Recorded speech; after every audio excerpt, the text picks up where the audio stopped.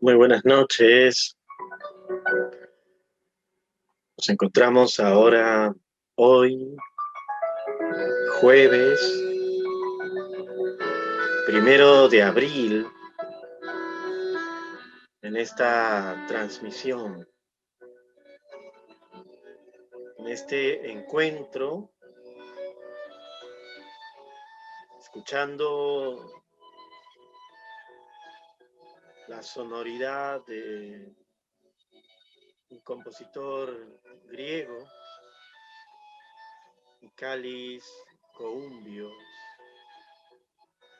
una obra muy hermosa, Nocturno.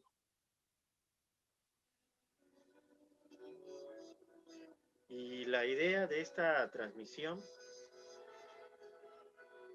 es poder viajar con la imaginación, con las palabras, con las ideas, con nuestra reflexión a esa también transmisión de lo que fuera la concepción para uno de los grandes filósofos, uno de los grandes maestros de la tradición filosófica occidental como es Platón. Y expresar estas ideas a partir de un diálogo muy hermoso, breve, ¿sí? Y hermoso también. Me refiero al ión, ión o de la poesía. Un texto que vamos ahora a ver, vamos a leer en algunos pasajes y buscar compartir algunas ideas sobre lo que este texto nos invita a buscar, nos invita a conversar, nos invita a compartir sobre la poesía, sobre este diálogo entre Sócrates, el inmensamente conocido Sócrates, y uno de los poetas, rapsodas, como se le conocían en la época de Sócrates, eh, el gran rapsoda eh, griego, Ión. Y tenemos este texto aquí, que es unos diálogos escogidos, un texto, bueno, no sé si se ve por el fondo de pantalla, pero vamos a ver, ahí está. Son los diálogos escogidos de Platón, en una edición que es una edición de librería El Ateneo, una edición argentina, y que es traducido por Patricio de Azcárate. Entonces, vamos a leer el argumento de esta obra. Y, y hacemos esta transmisión hoy, jueves, un jueves muy especial dentro de la tradición occidental, la tradición judio-cristiana, de las comunidades enlazadas, ¿no?, por estas tradiciones, puesto que estamos precisamente en como en un momento también eh,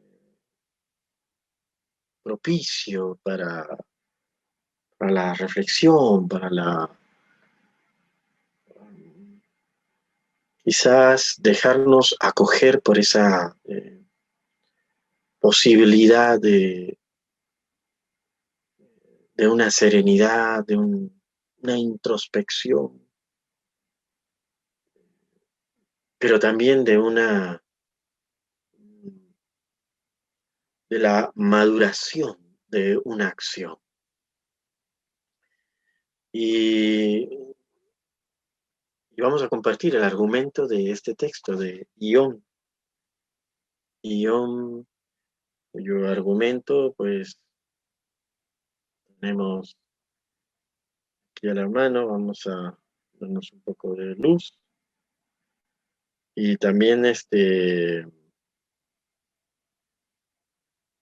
contar con de pronto sus comentarios, sus, lo que ustedes pueden o buscan compartir también. Y vamos a comenzar con el argumento de Ión. Y nos dice el traductor, quien hace también las notas, Patricio Azcárate. Sócrates, en una de las calles de Atenas, así como nosotros ahora quizás nos encontramos, en una de las calles de Atenas se encuentra con el rapsoda Ión de Efeso, que venía de Epidauro, donde había conseguido en los Juegos de Asclepio el primer premio de canto en un concurso de rapsodas. Imaginémonos este momento. Llega este poeta de rapsoda, ¿no? Luego de haber ganado el primer premio. Conversa con él sobre el favor universal y la belleza de su arte, que tiene el privilegio de conocer a fondo y difundir las obras de todos los grandes poetas. Pero Ión rehúsa tanto honor y confiesa, con una modestia aparente, que si se considera sin igual entre los rapsodas para la inteligencia de Homero, nada entiende ni de Hesiodo, ni de Arquíloco, ni de ningún otro poeta. Fíjense, es interesante esto.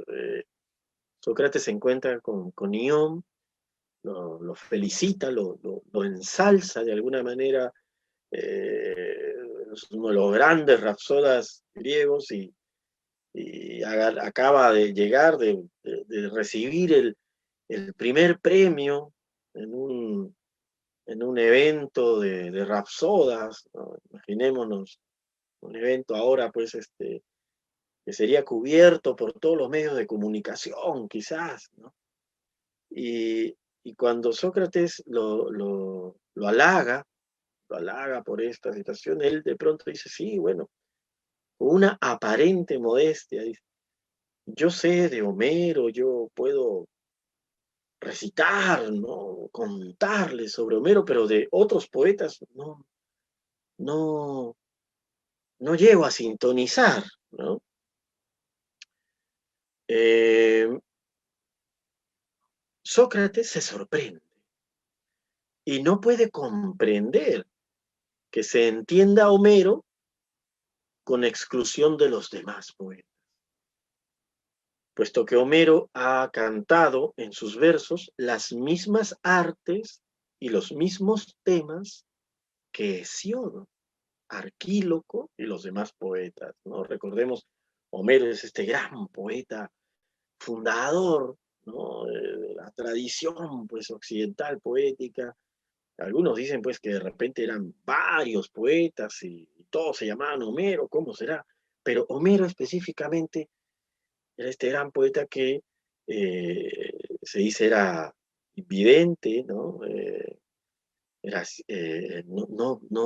No tenía la facultad sensorial de la visión de este mundo físico, pero definitivamente tenía la facultad visionaria del mundo poético. Y se le atribuye, bueno, la composición el canto del libro fundamental de la tradición occidental, como es la Ilíada. Y aquí tenemos la Ilíada, tenemos una Ilíada, vamos a ponerlo aquí, ahí está. Una Ilíada de Homero en la edición de los clásicos Jackson, una impresión en México, una edición del año, curiosamente, del año 66. Y ustedes, bueno, les resonará estos primeros versos en esta traducción, el de Luis Segalá y Estaley, cuando dice, en esta traducción dice, canta, oh diosa, la cólera del pélida Aquiles, cólera funesta que causó infinitos males a los aqueos, y precipitó al Hades muchas almas valerosas de héroes, a quienes hizo presa de perros y pasto de aves, cumplíase la voluntad de Júpiter. Desde que se separaron disputando el Atrida, rey de hombres, y Aquiles, el divino. ¿No? Bueno, en otras traducciones es canta, oh musa, la cólera del pélida Aquiles. ¿No? Y hay una traducción en inglés que parece que se acerca un poco más a cómo empieza realmente el texto griego. Yo no leo griego, pero dice que empieza rage, cólera. ¿No? Y hay un filósofo, Peter Sloterdijk, que tiene un texto, ¿no?, sobre precisamente cómo uno de los textos fundacionales de la civilización occidental puede empezar con este vocablo, ¿no? Cólera. Entonces, recuerdo una traducción, creo que también me parece que es de la Universidad de México, de estos, eh, de estos libros vienen, bueno, con el texto griego original, que empezaba con esta palabra también, ¿no? Cólera, cólera de Aquiles, canta, oh musa, ¿no? Cólera de Aquiles, canta, oh musa, que causó a todos los griegos, que causó la muerte, ¿no? Que causó, que devino en tantas almas de héroes, que vayan, que se fueran, que se dirigieran, que fueran llevados al Hades. El Hades, recordemos, era desde la cosmovisión griega, era este espacio donde, bueno, iban quienes dejábamos este mundo, ¿no? La tierra, las Hades, y bueno, y según cómo había sido pues tu comportamiento, tu sentido, ¿no?, en esta existencia, pues ibas a un espacio paradisiaco, por decirlo menos, como eran los campos elíseos, ¿no? Los campos elíseos. O ibas pues a un espacio eh, no tan paradisiaco, ¿no? Entonces, eh, tenemos este momento, ¿no?, en que Sócrates se asombra, dice, oye, pero Ión ¿Cómo es que nos dices que con Homero sintonizas, conoces, pero te turbas, te bloqueas cuando se trata de otros poetas si tocan las mismas artes y los mismos temas? Eh, y bueno, y dice, eh, o más bien, y esta era la opinión de Sócrates, Ión se hace grandes ilusiones sobre sí mismo y sobre su talento. La verdad es que no comprende mejor a Homero que a los demás poetas. Y es interesante esto, ¿no? Porque Sócrates eh, no comprende que Ión diga que comprende a un poeta y no pueda comprender a los demás. Interesante. Y él le va a tratar de decir que, bueno, la verdad es que tampoco comprende a Homero, ¿no? Y que la industria de los rapsodas no es en el fondo ni una ciencia ni un arte. Entonces, ¿qué es? Una inspiración semejante a la que posee al poeta en delirio. Entonces, el argumento es de que Sócrates va a llevar el diálogo hasta, bueno, eh, digamos, hasta llegar a esta idea, ¿no? A concebir esta idea, ¿no? Eh, que, que Ión, como poeta, tiene un rapto, una inspiración divina, y que eso es lo que lo hace sintonizar bueno, con la poesía, en este caso con Homero. Dice, cada poeta canta lo que el Dios le inspira. El uno, himnos, tales como los de Peán, otros ditirambos, son formas poéticas, ¿no? Himnos, otros ditirambos como Arquíloco, otros versos épicos como Homero. Esto explica igualmente por qué cada poeta tiene su rapsoda. Interesante esto, ¿no? Cada poeta tiene su rapsoda. Eh, al que comunica la inspiración de sus cantos. Y cómo Ión, por ejemplo, inspirado por Homero, jamás lo ha sido por los demás poetas.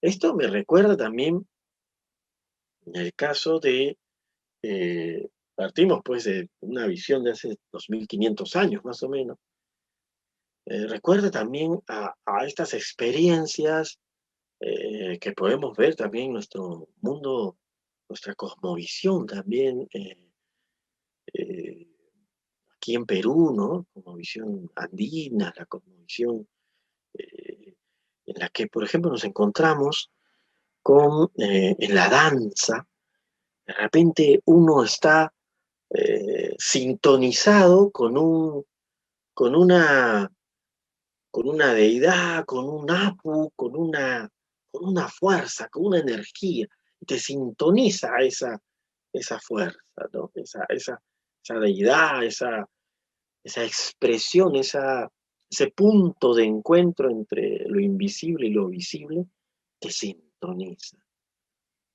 Y bueno, eh, a otras personas lo sintoniza otras manifestaciones, ¿no? De esto que podríamos denominar como eh, experiencias sagradas, experiencias pues, de la divinidad, ¿no? Bueno, entonces, así nos va relatando un poco el argumento, ¿no? El traductor, Patricio Azcárate, pero vamos a entrar un poco ya directamente al diálogo.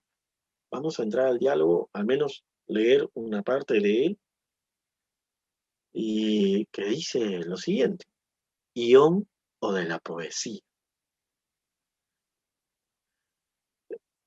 Sócrates empieza a hablar, ¿no?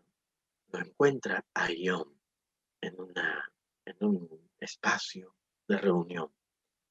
Salud, Ión. ¿De dónde vienes hoy? ¿De tu casa de Efeso? Ión. Nada de eso, Sócrates.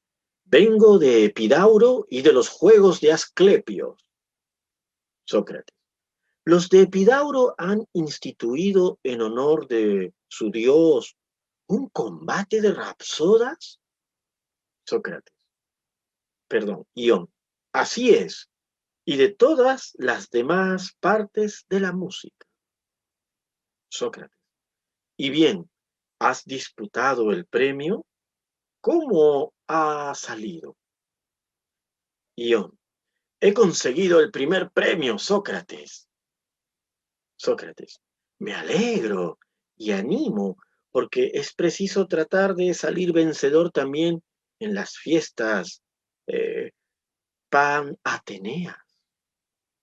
Ión. Así lo espero, si Dios quiere. Sócrates. Muchas veces, mi querido Ión, os he tenido envidia a los que sois rapsodas, a causa de vuestra profesión. Es, en efecto, materia de envidia la ventaja que ofrece el veros aparecer siempre ricamente vestido en los más espléndidos, en las más espléndidas fiestas, y al mismo tiempo el veros precisados a hacer un estudio continuo de una multitud de excelentes poetas, principalmente de Homero, el más grande y el más divino de todos. Y no solo aprender los versos, sino también penetrar su sentido. Porque jamás será buen rapsoda el que no tenga conocimiento de las palabras del poeta, puesto que para los que le escuchan es el intérprete del pensamiento de aquel, función que le es imposible desempeñar si no sabe lo que el poeta ha querido decir. Y todo esto es muy de envidiar. No sé si será así tal cual el verbo que se usa en, la, en el original, ¿no? De repente le está diciendo, es de admirar, es de, no lo sé, no me imagino Sócrates eh, en esa actitud de la envidia, ¿no? Pero sí de la admiración y de la, y de la conmoción, ¿no? De algo que te deslumbra, como es la facultad de los rapsodas, ¿no? Tal como lo menciona. Pero es interesante esto que menciona Sócrates, ¿no? O sea, no se trata solo de memorizar, sino de comprender el sentido, comprender el sentido de lo que el poeta ha querido decir. Ese sentido es finalmente la acción de comprensión que luego se da en la expresión, ¿no? Miren estos dos movimientos, como en la respiración, ¿no? La inspiración y la expiración. Entonces, la comprensión es una suerte, hoy has comprendido, te has inspirado también, es una suerte de respiración del espíritu. Comprendemos. Es decir, si nosotros necesitamos respirar para que este cuerpo, para que esta presencia que somos cada uno de nosotros, necesitamos respirar para permanecer en esta tierra, en este mundo.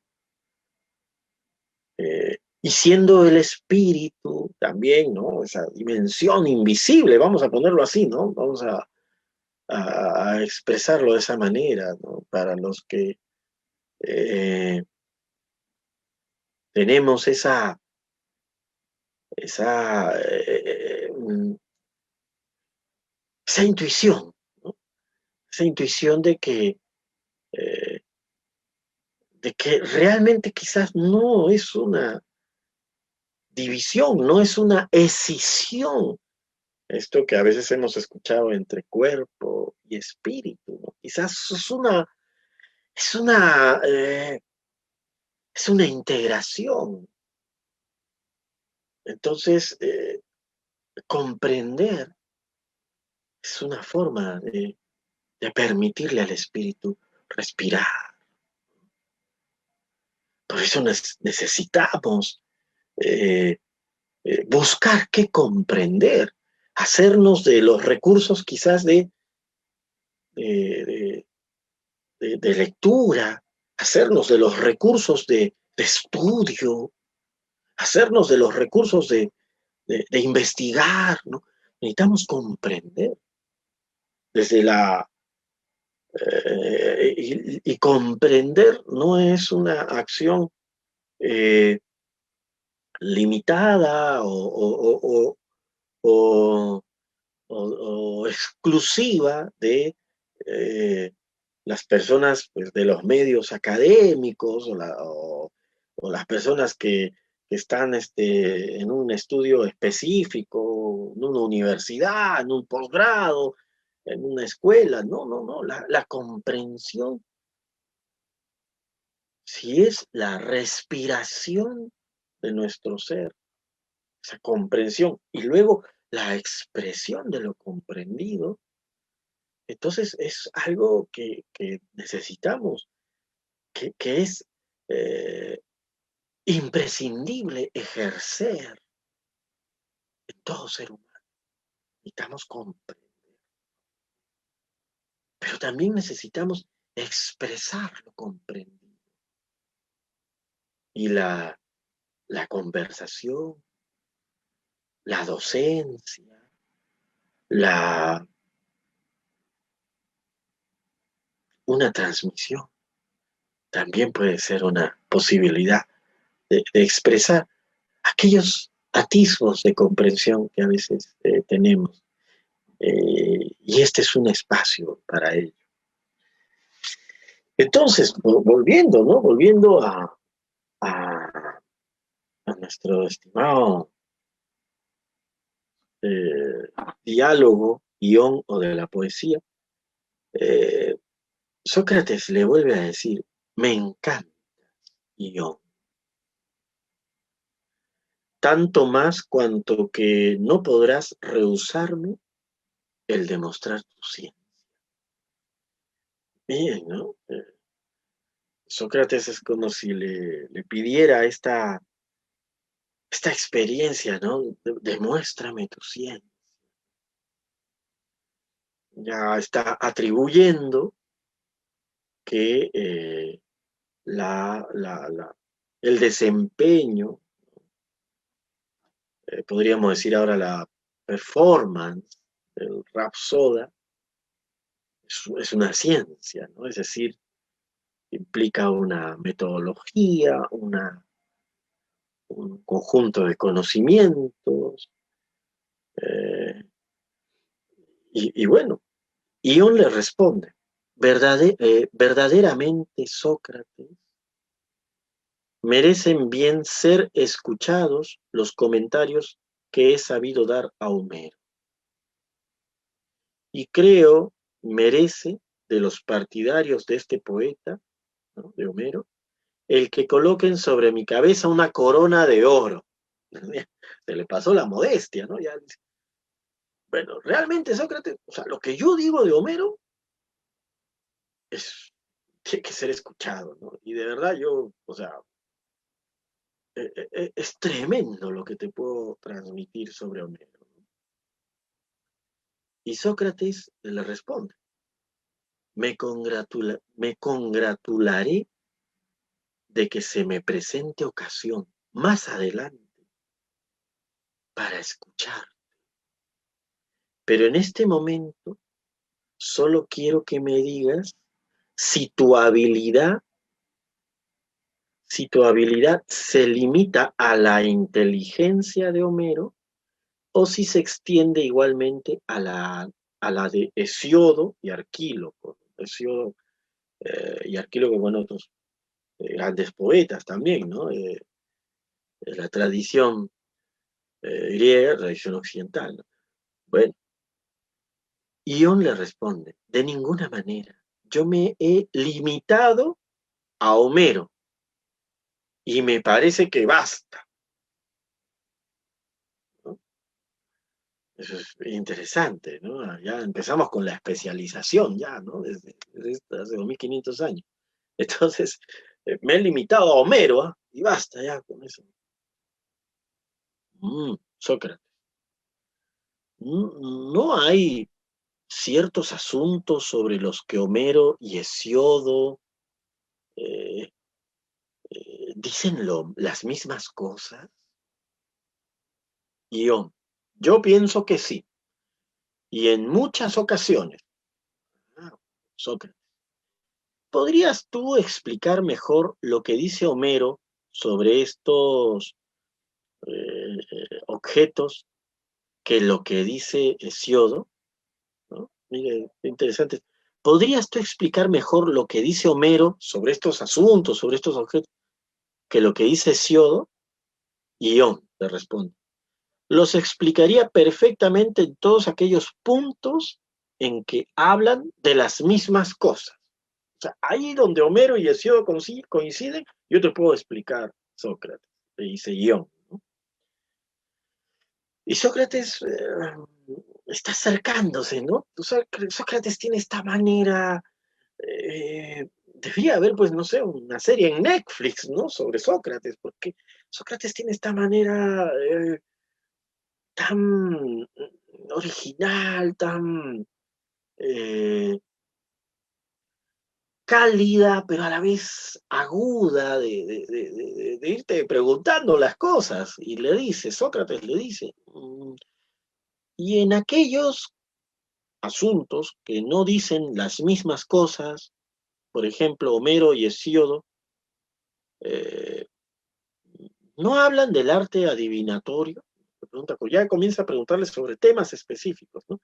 Homero y Hesíodo no hablan ambos del arte adivinatorio. Y Ión le dice, sí, seguramente.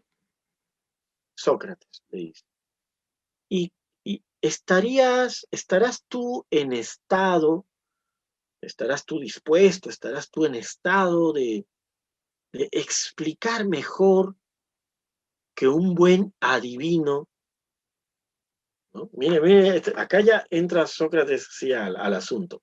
Tú estarías en mejor estado o en mejor disposición, naturaleza, de explicar mejor que un adivino lo que estos poetas han dicho de una manera igual o de una manera diferente sobre el arte de la adivinación, ¿no? O sea, los poetas, bueno, pueden abarcar pues a muchos temas, ¿no? En sus composiciones, ¿no? Nos referimos a este tipo de composiciones de esta época, ¿no? Recordemos en la Ilíada, eh, por ejemplo, en la Ilíada hay los pasajes de las guerras, de los combates, los pasajes que tienen que ver con el modo de vida, con, con el modo de los distintos oficios, ¿no? De llevar a los caballos, la alimentación, o sea, en la Ilíada uno va enterándose de todos estos de todas estas artes, ¿no? De todas estas maneras de hacer las cosas, ¿no? Arte entendido como una manera de hacer las cosas. Bueno, entonces, Ión le responde, ¿no? Ante la pregunta de Sócrates, le dice, bueno, Homero y Hesíodo hablan de las artes adivinatorias, ¿verdad? Ión le dice, sí, ya. Tú estarías en capacidad, en estado, en disposición de hablar mejor o de decirme de una manera más acertada, más cercana, eh, que un adivino, ¿no? Que es que conoce su oficio, sobre esta arte, ¿no? Así como Hesiodo u Homero. Y bueno, Ión le dice, no. Y Sócrates le dice, pero si fueses adivino, ¿no es cierto que si pudieras explicar los pasajes en que están de acuerdo, en igual forma podrías explicar aquellos en que están en desacuerdo? Y Ión le responde, bueno, sí, eso es evidente. Sócrates, ¿por qué razón estás versado en las obras de Homero y no lo estás en las de Hesiodo, ni en las de los demás poetas? Homero trata de distintos objetos que todos los demás poetas. Esta pregunta, ¿eh? Muy interesante. ¿Homero trata, acaso Homero trata de distintos asuntos que todos los demás poetas?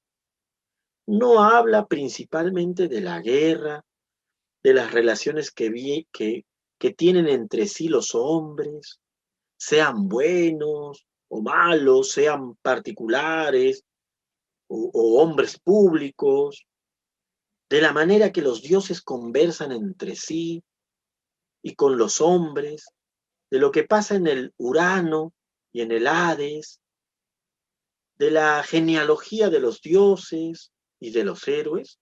O sea, Homero no trata todo esto, pero ¿no es esta la materia que constituye también las poesías de Homero? E Ión le responde, tienes razón, Sócrates. Sócrates le dice, ¿pero qué? ¿Los demás poetas no tratan las mismas cosas? Ión, sí, Sócrates, pero no como Homero. Sócrates, ¿por qué? ¿Hablan peor? Ión, no hay comparación. Sócrates, ¿y Homero habla mejor? Ión dice, sí, ciertamente sí.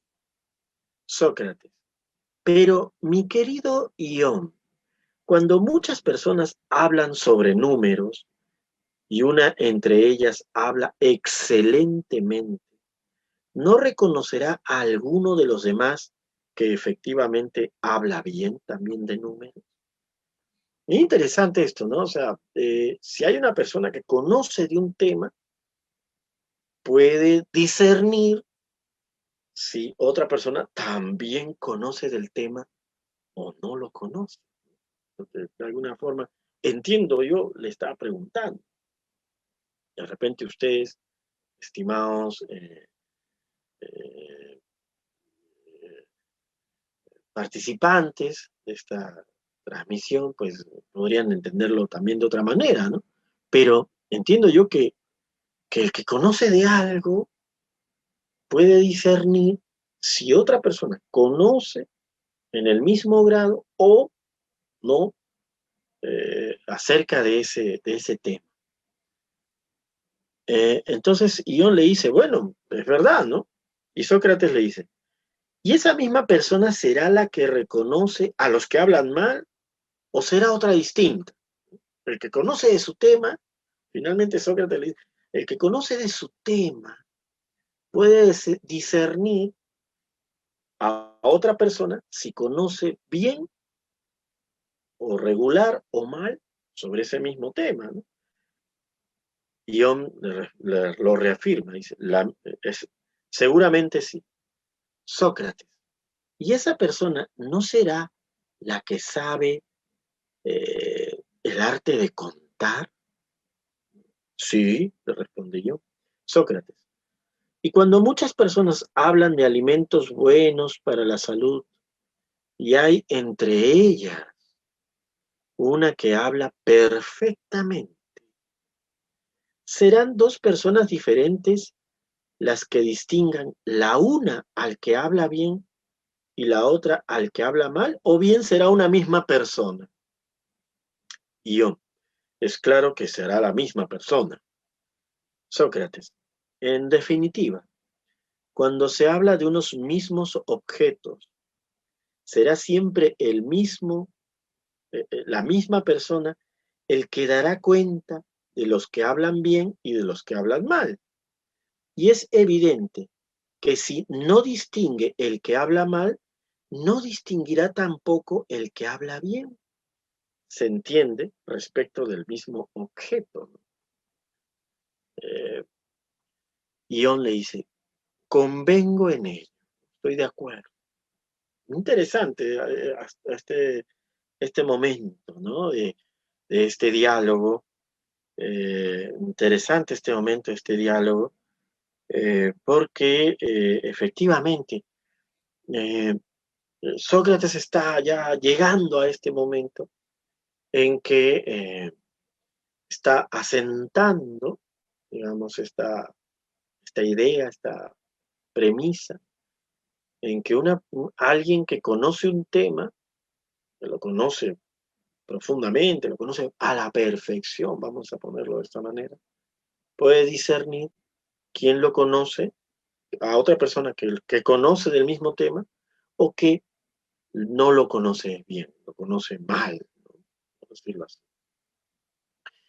Y hasta aquí nosotros podemos ir encontrándonos, ¿no? Con esta experiencia del diálogo del Ión y cómo Sócrates, una vez que ya ha entrado en esta premisa del conocer, ¿no? Estamos hablando del conocer, eh, se dispone a lo siguiente. Entonces, dice, y cuando muchas personas hablan de alimentos buenos para la salud, y hay entre ellas una que habla perfectamente, ¿serán dos personas diferentes las que distingan? La una al que habla bien y la otra al que habla mal, o bien serán una misma persona. Ión, es claro que será la misma. Sócrates, ¿quién es? ¿Cómo se llama? Ión, el médico. Sócrates, en suma, cuando se hablan de unos mismos objetos, será siempre el mismo hombre el que dará cuenta de los que hablan bien y de los que hablan mal. Y es evidente que si no distingue el que habla mal, el que habla mal no distinguirá tampoco el que habla bien, al que habla bien. Se entiende respecto al mismo objeto. Ión, convengo en ello, estoy de acuerdo. Sócrates, el mismo hombre, por consiguiente, está en estado de juzgar lo uno y lo otro. Ión, sí, Sócrates, de pronto lo habrá de mirar, lo habrá de mirar. ¿Cómo habrá sido mirar a Sócrates? Lo habrá de mirar y Sócrates le dice, ¿no dices que Homero y los otros poetas, entre quienes se cuentan Hesiodo y Arquíloco, tratan de los mismos objetos, pero no de la misma manera, y que Homero habla bien y los otros menos bien? Ión responde, ¿no? Porque eso es lo que le acaba de decir Ión hace unos minutos atrás, ¿no? Dice, no, Homero es el que mejor habla. Ok. Ión le vuelve a afirmarlo, ¿no? Sí, y nada he dicho que no sea verdadero. O sea, se reafirma, ¿no? Yo no estoy mintiendo. Y Sócrates le dice, sí, pues, ¿conoces tú al que habla bien? Le dice, ¿no? Esto es un condicional. Si tú conoces entonces al que habla bien, debes conocer igualmente a quien habla mal. Ión sí, así es. Sócrates, así que, mi querido Ión, no podemos engañar. Si decimos que Ión, ¿no? Ya lo refiere a él ya como un tercero, si decimos que Ión está versado en el conocimiento de Homero, igualmente que en el de los demás poetas, puesto que confiesa que un mismo hombre es juez competente de todos los que hablan de los mismos objetos, y que todos los poetas tratan poco o más o menos de las mismas cosas, entonces tendría que él poder discernir, ¿no? Sobre quién habla mejor y quién no. Y Ión le responde, pero entonces, Sócrates, me dirás por qué cuando se me habla de... Esta parte es importantísima, importantísima. Bueno, todo es importante, pero esta parte, miren esta parte, ¿no? Sócrates ya lo ha llevado a Ión, ¿no? Lo ha llevado a Ión, al rapsoda Ión, ¿no? Como el nombre de los iones, ¿no? Estas partículas. Lo ha llevado al rapsoda Ión a esta primera conclusión. Ión le dice, pero tú dices que conoces de Homero, dices que Homero es el que mejor habla. Pues para decir eso, tienes que conocer también a los demás, ¿no? Porque también los conoces a los demás poetas. Eh, entonces que tú tienes que poder también decir quiénes no hablan bien o quiénes hablan mal, ¿no? Y ahí Ión, sorprendido quizás por una contradicción, ¿no? En lo que ha dicho, porque él dice que puede discernir, pero a la vez no.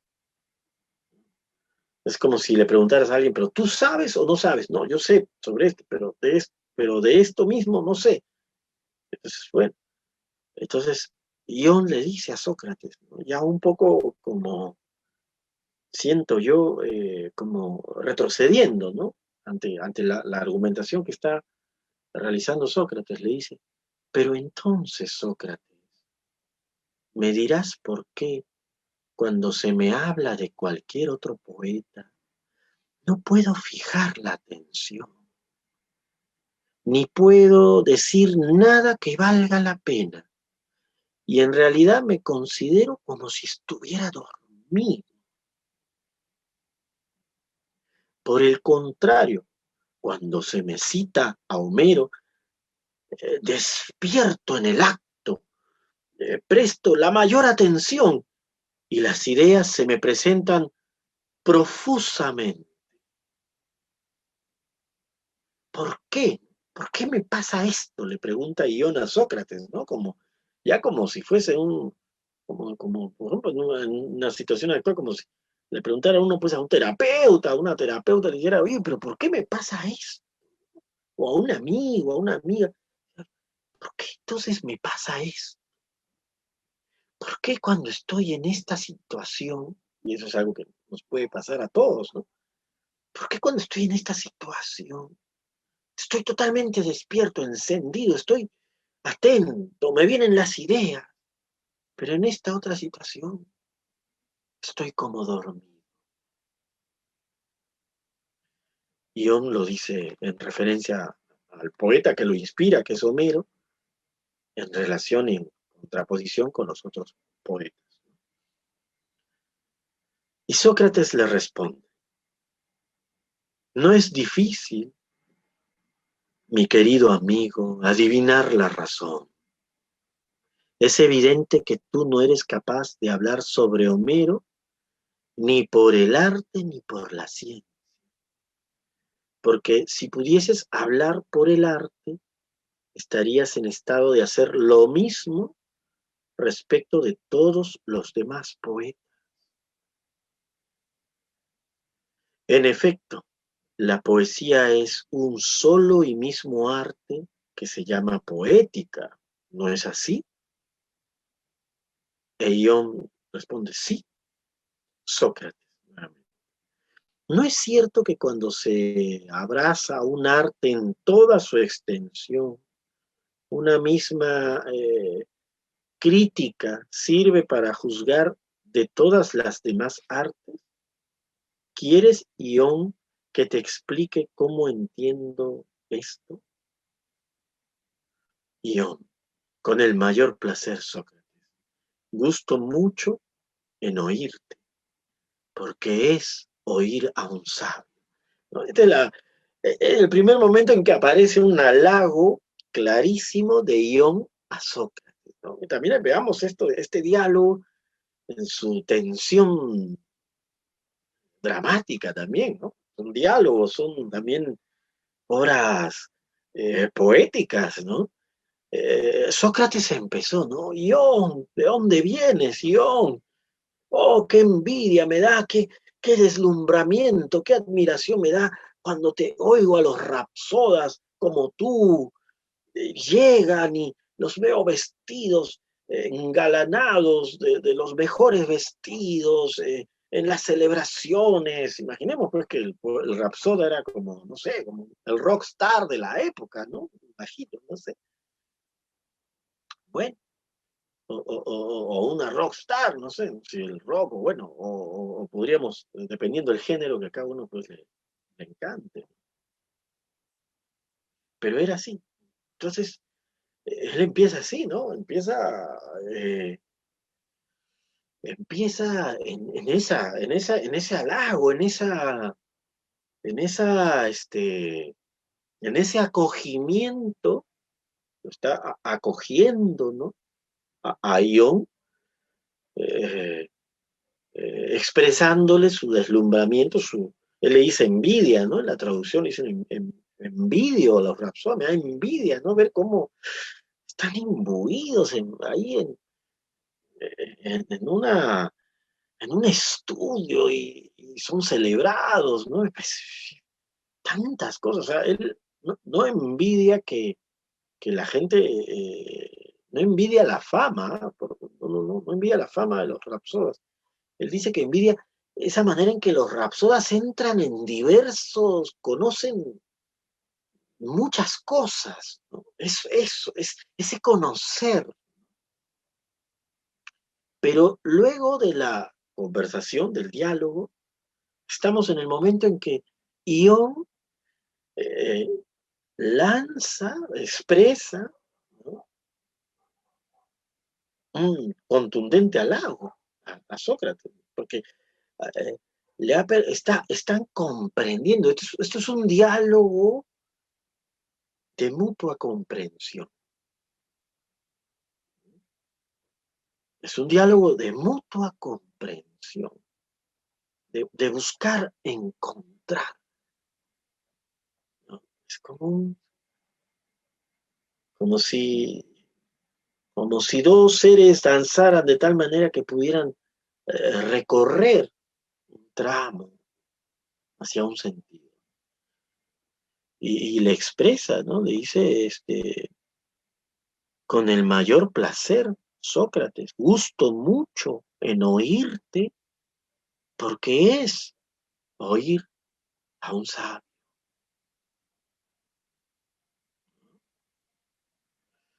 Y Sócrates, eh, con estos cambios que hace, ¿no? El personaje le dice, quisiera mucho que dijeras verdad, yo, pero ese título de sabio solo pertenece a vosotros, los rapsodas. Se lo devuelve, ¿no? Solo pertenece a vosotros, los rapsodas,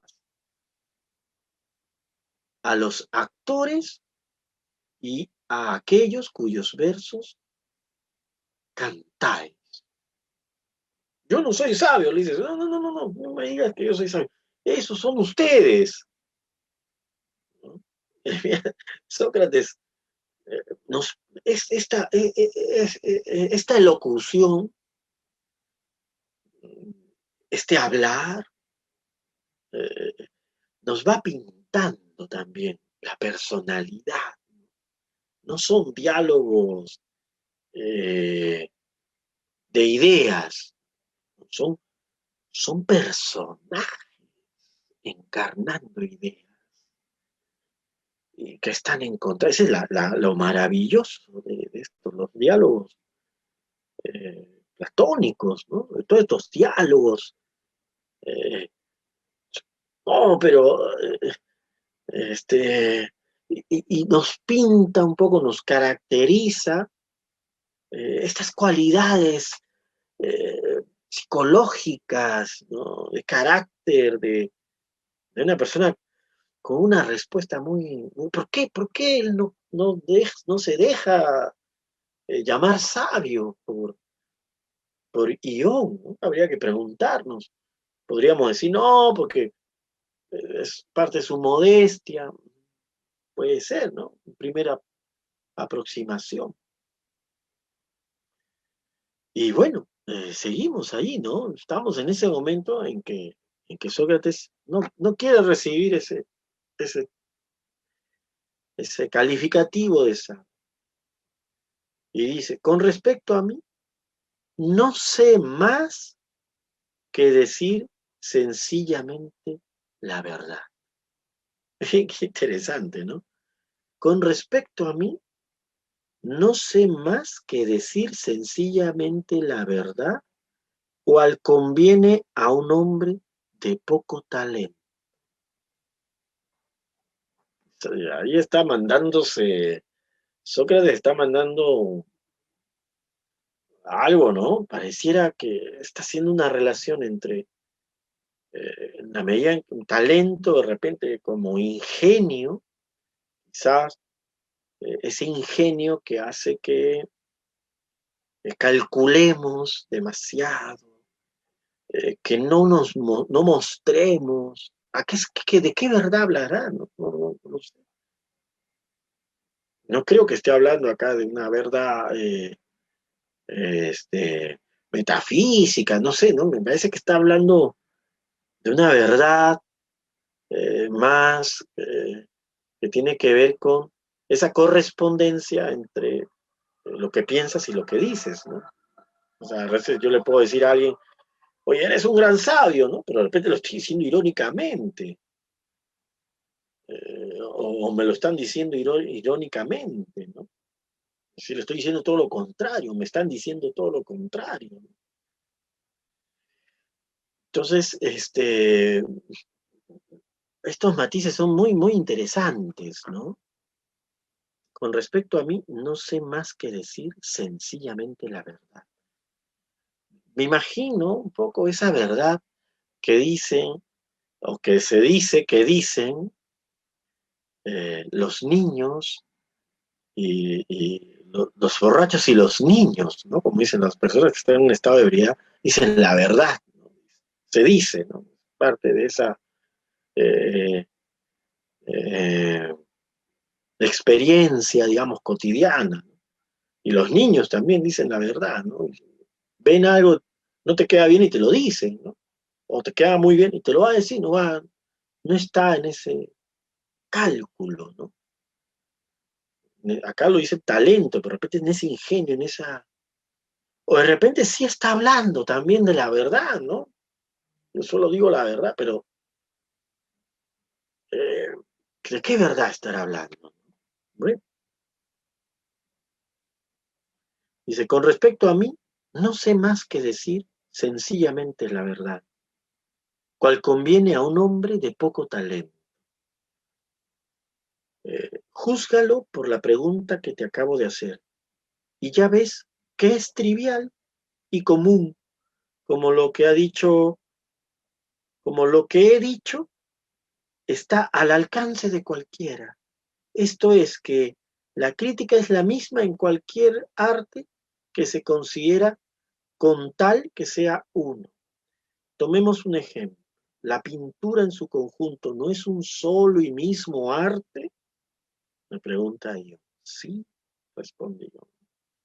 Pero bien interesante esto lo que dice Sócrates. Yo creo que aquí nos podemos quedar en este momento, este diálogo, para ir culminando esta transmisión, este primer acercamiento al diálogo de Ión o de la poesía. Pero me parece muy interesante culminar con esta idea de, eh, mira, date cuenta, ¿no? Le dice Sócrates, date cuenta por la pregunta que te acabo de hacer, y ya ves que es trivial y común, como lo que he dicho está al alcance de cualquiera. Qué interesante esta idea de que las cosas estén al alcance. pan está al alcance. O sea, no estoy yo practicando un conocimiento o algo que implique una cuestión formada, ¿no? Compleja, ¿no? Esto está al alcance de cualquier. Estoy haciendo preguntas triviales, porque quiero saber, ¿no? ¿En qué consiste tu arte? ¿En qué consiste lo que haces? Quiero discernir, quiero seguir diciendo la verdad sobre esto, ¿no? Me llama la atención, ¿no? Eso, me parece muy, muy importante poder entrar en esa dimensión. Bueno, y nos quedamos aquí en esta parte del diálogo de Ión o de la poesía. Nos quedamos aquí en el momento en que Sócrates le pregunta, ¿no hay o ha habido gran número de pintores buenos y malos? Bien, así lo traducen, ¿no? Buenos y malos. Y Ión le dice, bueno, seguramente, ¿sí? Y Sócrates, ¿has visto tú alguno que siendo capaz de discernir lo bien o mal pintado de los cuadros de, de Polignoto, hijo de Agladón o Aglaión, no pueda hacer lo mismo respecto a los otros pintores?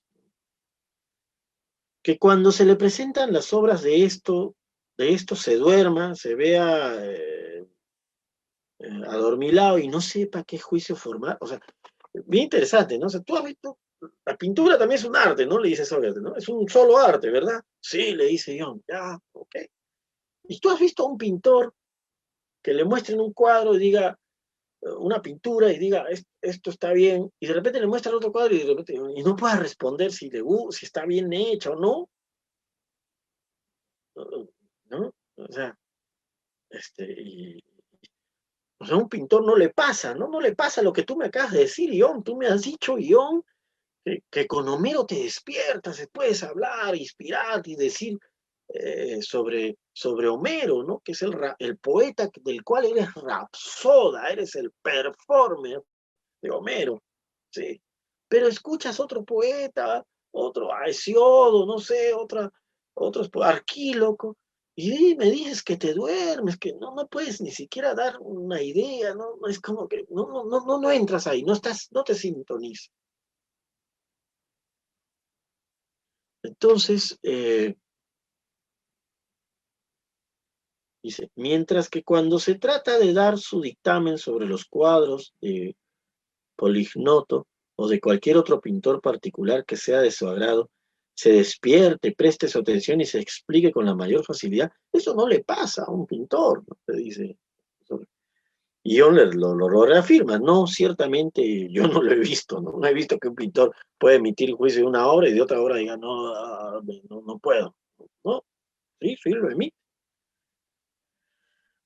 Y Sócrates le dice, en materia de escultura, ahora entra con la escultura, ¿has visto alguna vez que esté en actitud de decidir sobre el mérito de las obras de Dédalo, hijo de Metión, o de Epeo, hijo de Pánope, o de Teodoro, de Samos, o de cualquier otro estatuario, y que se vea dormido y sin saber qué decir de las obras de los demás escultores? Y Ion le responde, no, tampoco, por Zeus. Se dice, por Zeus, no he visto a nadie en ese caso, ¿no? No he visto a nadie en esa situación, la verdad que no, ¿no? Y Sócrates dice, ¿no has visto, me figuro, a nadie, sea con relación al arte de tocar la flauta o el laúd o el canto, ¿no? Que tratándose de juzgar del mérito de Ión de Feso se viese con el mayor embarazo y se considerase incapaz de decidir en qué es bueno o mal Rapsoda. Ión le responde, nada tengo que oponer a lo que dice Sócrates. Sin embargo, puedo asegurar que soy yo, entre todos los hombres, como sale también acá la personalidad, ¿no?, del Rapsol. Puedo asegurar que soy yo, entre todos los hombres, el que habla mejor y con más facilidad sobre Homero. Es curioso, ¿no? O sea, se levanta el hombre y dice, no, esperen. O sea, no dudes de lo que yo soy, ¿no? Yo soy entre todos los hombres el que mejor habla y con más facilidad sobre Homero, y que cuantos me escuchan convienen en lo bien que hablo. Convienen, ¿no? Están de acuerdo. En lo bien que hablo. Mientras que nada puedo decir sobre los demás poetas. Yo no puedo decir sobre los demás. Dime, yo te lo suplico. Mira ya acá. O sea, yo te lo suplico, le dice Ión a Sócrates, yo te lo suplico, ¿de dónde puede proceder esto? O sea, me he dado cuenta que, oye, ¿verdad? ¿No? Es rarísimo. Yo soy el mejor entre todos los, los, los seres aquí de Grecia que habla, el mejor que habla de Homero. Y no puedo hablar de los otros poetas. ¿Qué me pasa, Sócrates? ¿De dónde puede proceder eso? Y Sócrates, me imagino, ¿no?, tomando así su gesto, dice, eso es lo que quiero examinar. Quiero exponerte mi pensamiento. Y aquí le dice, y ahora sí ya nos vamos a quedar aquí.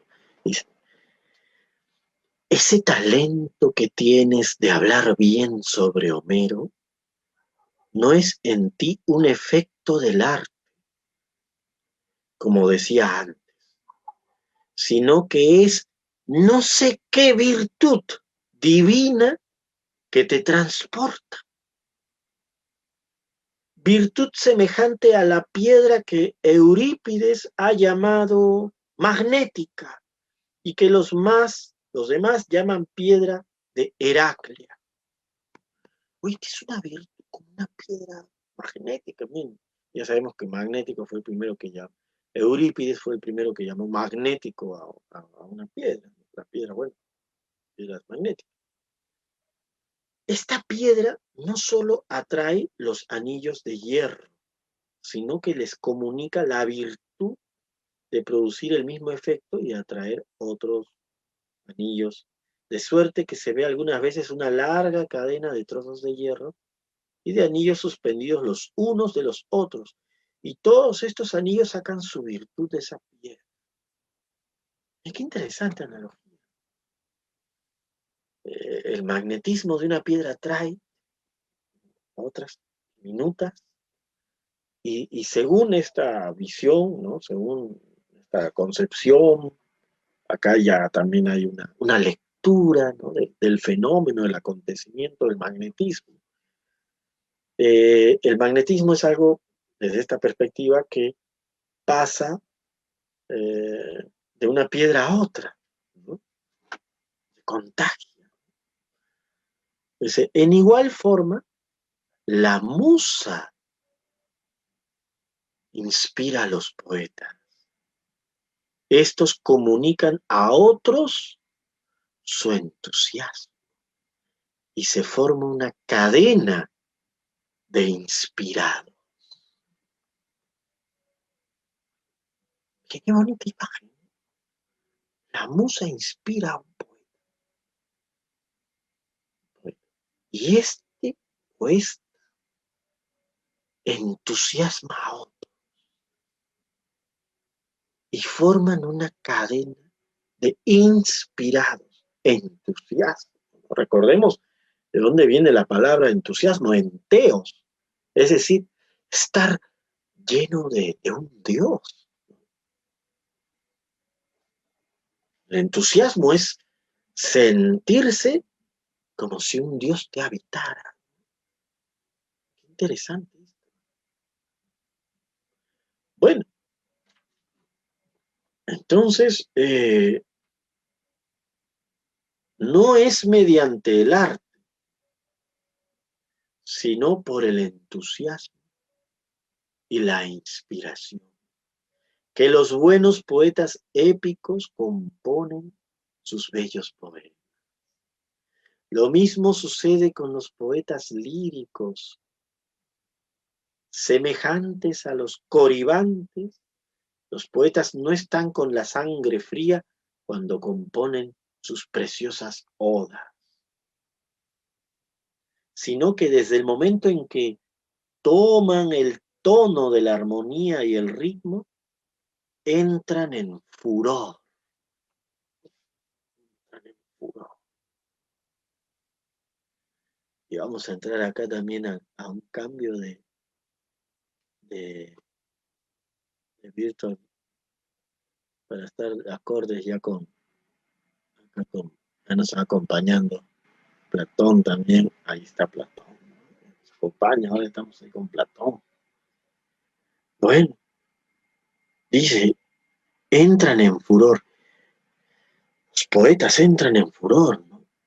Y se ven arrastrados o arrastradas por un entusiasmo igual al de las bacantes, ¿no? Recordemos las bacantes, ¿no? Que están en este trance, que en sus movimientos y embriaguez sacan de los ríos leche y miel, dos elementos muy, muy simbólicos, leche y miel. Se le ha asociado mucho a la poesía con la miel, ¿no? Y obviamente pues la leche, ¿no? En el sentido de ese alimento, también ese alimento primero, ¿no? La Vía Láctea, ¿no? Por ejemplo, también. Ese alimento que fuera también como un espejo de esas configuraciones que contemplamos en los cielos. Y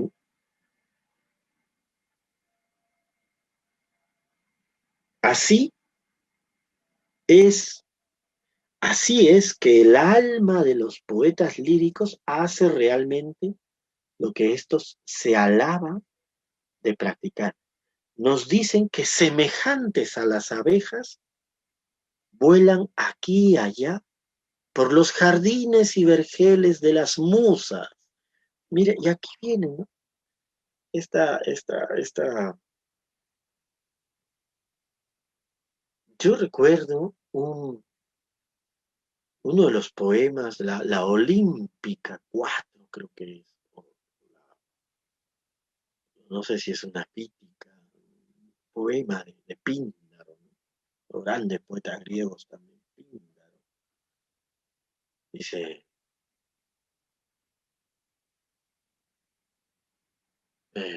¿cómo empezaba? Dice, eh, mayor, acá, creo que acá lo tengo, por aquí lo voy a ver, miren, a ver aquí, lo voy a ver aquí. eh, Más valioso que el oro, más valioso que el oro es el agua. Así, ¿no? Empieza.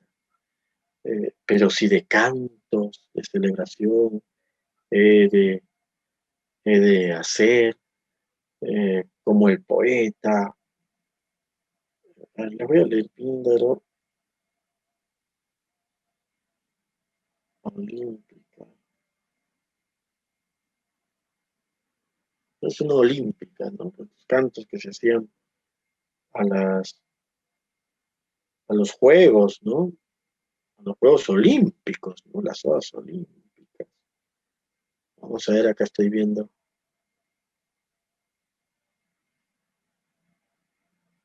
Pero, a ver, quiero conseguir el texto.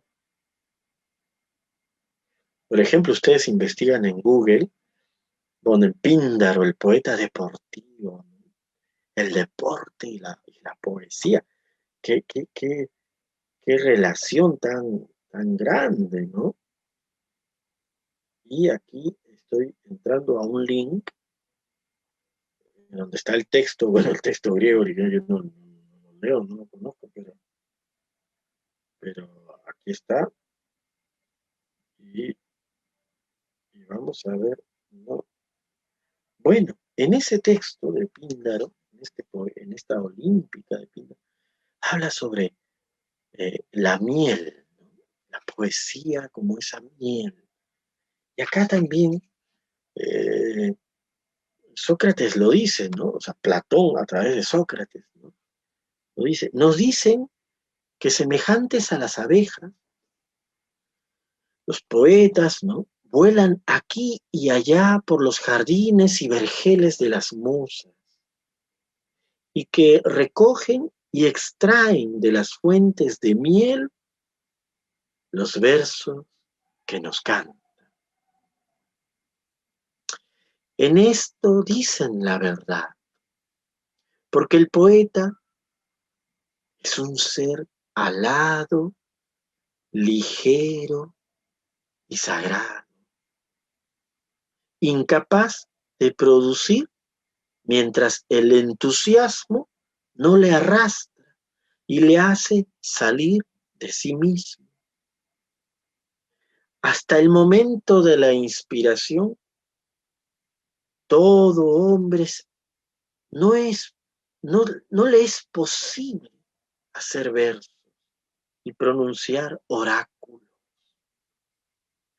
Como los poetas no componen merced al arte, sino por una inspiración divina, y dicen sobre diversos objetos o temas muchas cosas y muy bellas, tales como las que tú dices sobre Homero, cada uno de ellos solo puede sobresalir en la clase de composición a que le arrastra la musa.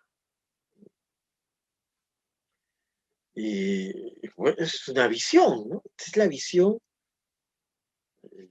conversando este texto el día de ayer con colega poeta, gran amigo en la poesía, en la inmanencia. Conversando este texto, con Enrique decíamos, eh, me parecía muy lo que dice, ¿no? O sea, esta idea de que el poeta pues no tiene, no se mueve por un arte. Yo en un principio, al leer esto, decía, bueno, acá ya empiezan pues los problemas, ¿no? Luego Platón en la República, este, diría que los poetas pues no deberían estar en la República, ¿no? Porque los poetas efectivamente son inspirados por, por otras instancias, por otras fuerzas, y bueno, nos puede desestabilizar un poco la República, ¿no? No sé. Pero eh, pero había también otra lectura, ¿no? Y esta la expresó también este eh, gran amigo Enrique, me decía, eh, quizás es precisamente la posibilidad de la poesía la que nos permite sintonizarnos con esa ligereza, con esa intuición de lo trascendente de cada momento. ¿Por qué leer Ión o de la poesía, este diálogo, eh, Platón? ¿Por qué leerlo ahora, un jueves 1 de abril, en medio de la crisis que tenemos como humanidad? Quizás por esto, porque podemos volver a esa dimensión inspirada de la poesía en la que nos tornemos convirtamos en seres ligeros, con intuición de lo sagrado, de lo trascendente de cada momento, con intuición de ser seres alados, es decir, no fijados, con posibilidad de imaginar, de, de, de, de volar, de volar en ese vuelo de la imaginación, en ese asalto de la imaginación, que nos permita entrar en la sintonía de ese vuelo del fuego, de la palabra.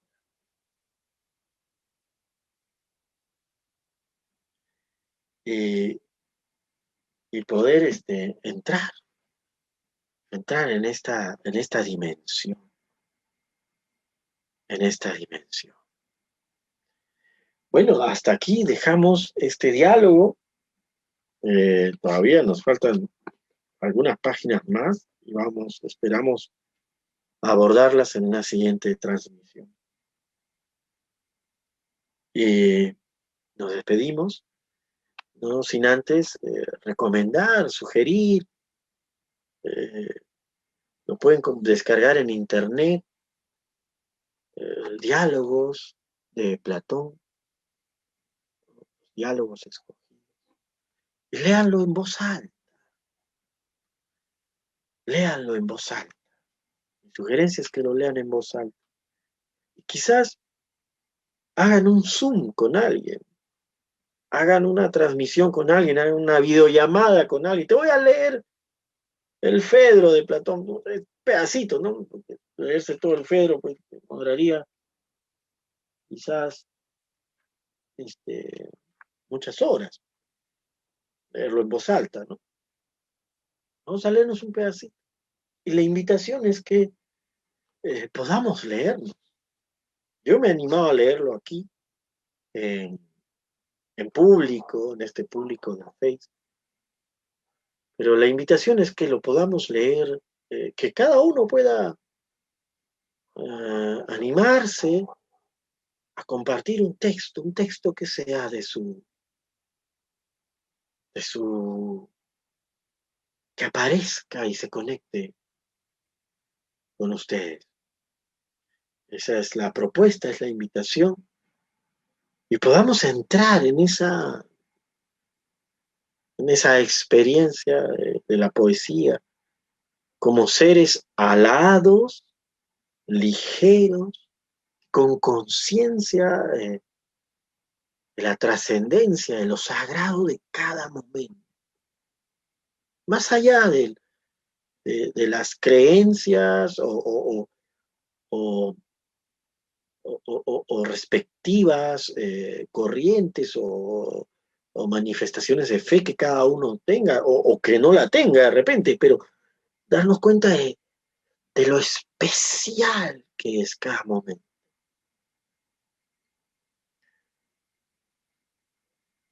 Dejamos entonces aquí de momento, esta expresión, estas reflexiones, estos comentarios sobre, eh, sobre guión o de la poesía. Muchísimas gracias. Vamos a entrar con la última imagen, que es la imagen del texto que estábamos viendo. Y ahí está, guión o de la poesía. Y venía de Asclepio, ¿no? Dios de la medicina, hijo de Apolo, Dios de la medicina. Miren qué interesante. Ión venía de un torneo a Asclepio, Dios de la medicina, la poesía, la medicina. No es casualidad que lo compartamos en un momento en que necesitamos esa medicina del espíritu. Muchísimas gracias.